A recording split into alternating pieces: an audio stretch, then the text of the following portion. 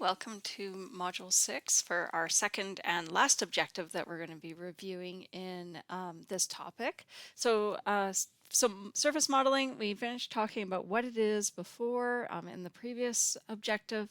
So we're just going to continue on here and we're going to talk about interpolation and then what surface analysis actually means, and then the different surfaces that you can use for your analysis in your projects or in any application that you're using.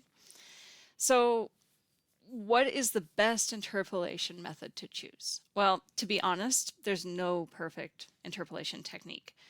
Interpolation means that I'm estimating a value that is in between two known points or more. It's within a data set. So really, we don't know exactly what the value is, and anything can change in between any of the points that are surrounding it. We can make assumptions for it, but and then using those assumptions we can interpolate to try to figure out what that point is. But no matter which interpolation method you choose, there is going to be differences between each of them because we just don't know the exact value. So some of the things that it depends on is the nature of the data.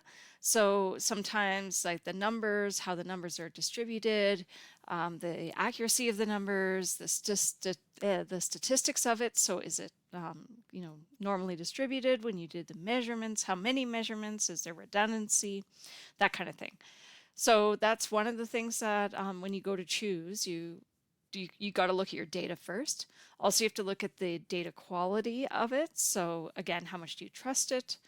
Then the data quality objectives. And again, like the higher data quality, the more money it's going to cost. So that's a pretty normal thing.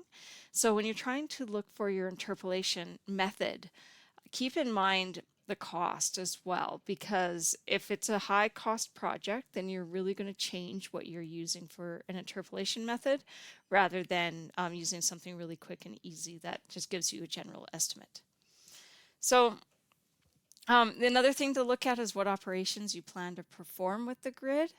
And again, like that comes down to what is your final value going to look like. And if you're going to take all, let's say we break it up into a grid or into pixels, and you have all these cells or pixels that are across your image, are you going to be doing math with them later, or is it just like that final result? You also need to know your capabilities, so like what you know, what your computer can handle, how big the data is, etc. And then also your computing resources. So sometimes the data is just too big, so you're going to have to bring it down. Tins are a really good example. So if you are trying to do triangular or regular networks, you might have to actually decimate your points a fair bit in order to compute it. And then finally, also the available time you have. So again, interpolation can take a while because it is a calculation and sometimes a many calculations. So the available time is also important. So then what types of data can you use is one of them. So, you want to use something with numbers. You can't really do interpolation with something that's not. Qualitative data is really difficult to do interpolation. And then I want you to go and do a little bit of research on what point data format does ArcGIS accept. So not just like Excel and the, what am I looking for? The shapefile formats. What other data formats are there? Because there's more than one, and it only indicates one in this question, but there are more than one. So go out and take a look and see what you can find for that. So then we can ask the question, what does the point data represent? So we have point data. We go out and collect all these points. And each of those points has a value. And that value might be surface elevations, it could be precipitation, it could be temperature, it could be number of cows in the field, it could be whatever it is that you were looking for that you're trying to make an interpretation and analysis, right? So anything that has a value that there possibly could be some continuous connection, so continuous points with it, That's the kind of point data that you're looking for. So there are two main types of data that we use in interpolation. There's elevations, so points to represent elevations, and then there's lines to represent breaks in elevations. So if you just have a series of points across a field, for example, those are just known as mass points. If there is a hill in the middle of the field, you would likely have points at the top of the hill and at the bottom of the hill, and those would represent your break lines. So when you're doing a surface analysis, the idea is to generate new information. So we have all our point data, but we're trying to connect them and show a visual way. So it really helps us get a better understanding of what's happening, and because it's visual and it provides that relationship between points. So what ends up happening is that often if we just like had point data, we may not actually see patterns that are occurring on that original surface. And I'm going to use elevation a lot in this example, but you can definitely do surface analysis with all kinds of other data, as long as it's point data with numbers, but elevations are easiest to visualize. So we can take our points and then we can convert it into a surface, and then now we can get contours, we can get slope angles, we can get like aspect, so showing us what direction we're pointing, that surface is pointing. We can get shaded relief, so we can start looking more 3D, and we can also get viewshed as well, which is how far we see when you're standing at a certain point in your data set. So the surface analysis information is really good for looking for those patterns within those different surfaces. So one of the types of analysis that you can bring in is a digital elevation model. So a digital elevation model is just point data that has elevation values. So in this case, they're saying that it's a grid cell that has an elevation value of the surface. As soon as it becomes a series of cells, it's called digital terrain modeling in geomatics. So it's kind of interchangeable, those two terms, but digital terrain model is where you're actually looking at the terrain and you're looking at how it's all connected, which would be all a series of cells. But in this case, they use DEM, so it's just a different generation's use of those words, and so they mean the same thing.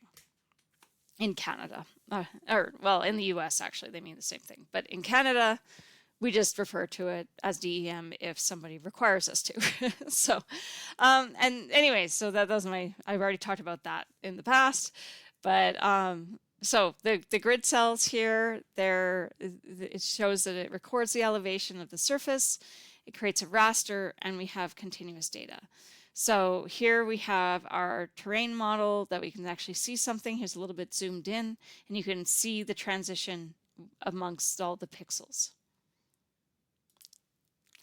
Then we can create contours. So contours are known as polylines that have an equal value. So this is actually really helpful if you have a DTM or DEM, whichever one you want to call it. If you have a surface like that, to put a contour on to something like that kind of a surface allows you to have a quick reference as to what the value would be. So usually the values can, like it says, defined by elevation, temperature, precipitation, pollution, atmospheric pressure, etc. Anything that's a value that you can have that's a continuous value. So the idea is that we're trying to see how these values change across the surface. So for example, if we're looking at temperature, it's not like temperature suddenly stops existing in between cities. So we might be trying to determine what is the temperature difference between the cities rather than just looking at one city point and the other city point. So then you can change these values into being temperature instead. So the contour interval is the distance between the contour lines. So if you're talking elevation, it is the vertical distance between the contour lines. And the way that they're arranged reflects the topography. So as you can imagine along this bottom one here, we have one value of elevation. So it's all 2,180, I assume that's in feet, but so let's say it's 2,180 feet. We're going to follow everywhere along that line is going to be that value. So that might mean that in this case, there's a difference in topography because it bumps out. And then we go to the next one, which is 2,200, and that's along there. My contour interval is 20 feet in this case. So every 20 feet, it does that. My one critique, though, is that the values are always supposed to point uphill, not downhill. So in this case, they should be upside down, so they're flipped. So the top of the value should be, this should be 2020 or 2220, and this one should be 2180. But that's, I think this is just an example sketch that they just threw in there. There are a whole bunch of rules. There's actually just over 30 rules on developing contours, and a lot of it's programmed into the software, and ArcGIS Pro has some really good tools in order to modify these values and have them following the right direction and everything else. So it's very beneficial. So if we are in a flat area, generally you're going to have your point or your polylines, your contours are going to be really far apart. If you're in a steep area, they're going to be really close together. So we have our steep area here, we have them really spread out in this way too. So that is how we do contours. There's also slope. So this is really helpful when we're doing, like, for example, a road design or transport route, because the slope is often very important. If you've ever had a small vehicle trying to tow something up a hill, the slope becomes very, very important. So what this one is it shows us it says steepest downhill descent for the cell. So which means the maximum change in elevation over the distance between a cell and its 8 neighbors. So this is what ArcGIS does in order to calculate the steepest direction. And so it will tell you, okay, it's going down this direction as steep as it represents there mathematically. So a slope of close to 0 means it's pretty much flat, and then a slope in degrees close to 90 degrees means that it's going to be straight up and down. So every cell in the output raster has a slope value. So again, because slope doesn't just suddenly not exist, you'll have low slopes and high slopes. And I just finished talking about that, how low slope is flat, high slope is steep. You can also you can do percent or degree. So we're talking about 90 degrees. We can have 100% slope, which means that it's vertical as well. So 0 is always means that it's flatter. The higher value, so for example, 100% or a 300, or not 360, that would be not very good. If you had a 90-degree slope, that means it's going vertical. So then we have aspect, which is the next of the types of surfaces. This one is really handy. You can think of this one as, for example, ski hills. So, for example, we want to know what direction the slope is facing before we create a ski hill. So if it's facing the south slope or the south direction, then you're going to have a different quality of snow than the north direction. So and you can also think about growing like crops or any kind of trees or anything like that. So the aspect becomes important in those respects. So you can see here that it breaks it down into the cardinal directions, and every color indicates a different direction that it's pointing. So for example, we have northwest and then north as well on the center there, and gives us a feel of what that should look like. So as you notice, there was a value in the previous one. So these values here are the direction based off of the azimuth of rotational north. And then it just tells us which direction. So you can think of it as the slope direction or the compass direction of the pixel itself and which direction it's facing. You do not need to calculate slope to calculate aspect. They both work independently of each other. So it's not like it's a in order thing here. So it measures clockwise in degrees from 0 to 360. Like I mentioned that. -1 means that it's flat. So there's no up or down slope. So that's how they differentiate that. And then anything between 0 to 360 has some form of upslope or downslope in that direction. Then the last, or not the last, this is one of the last ones, second last one, is Hillshade. And this one's really cool because it helps allow you to create a 3D effect when you create a hillshade. So you have this like illumination that you create from this hypothetical sun, basically. You tell the sun where it's going to go. So like, what is the azimuth? How high in the air is it?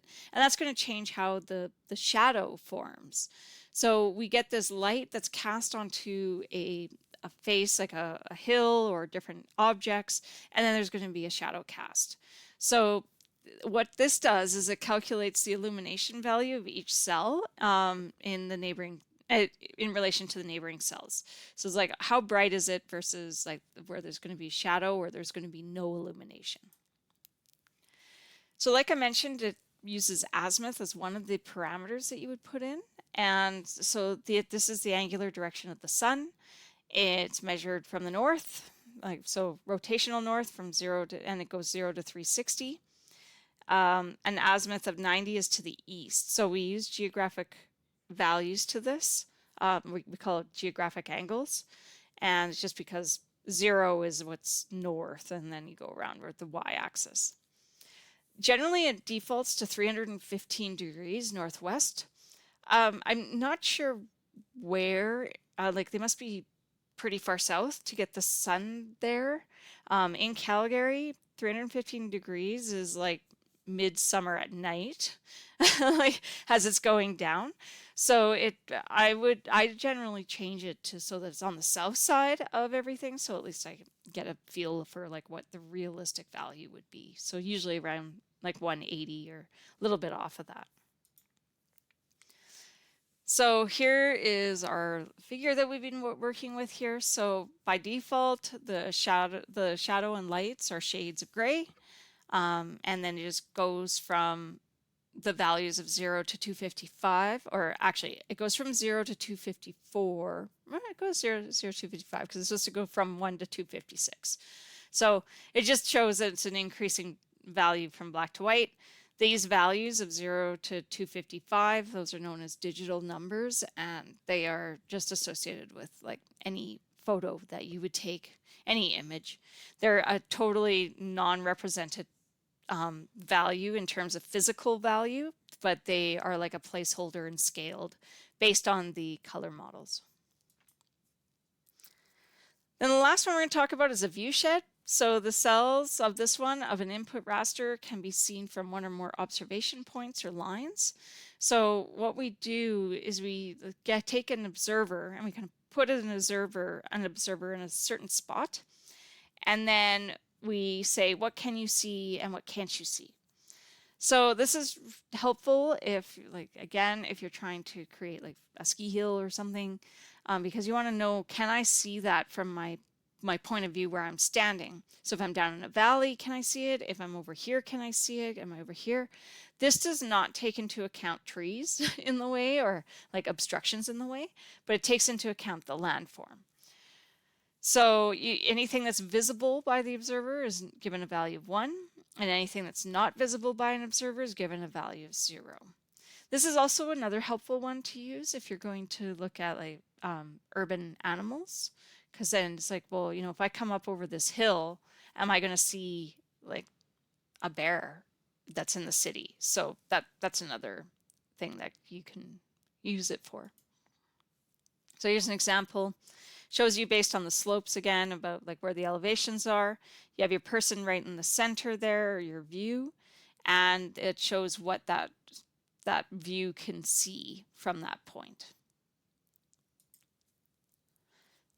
So in summary, the surface analysis is generating new information to understand phenomenons and to really pull out new patterns and really understand something a little bit different with a visualization.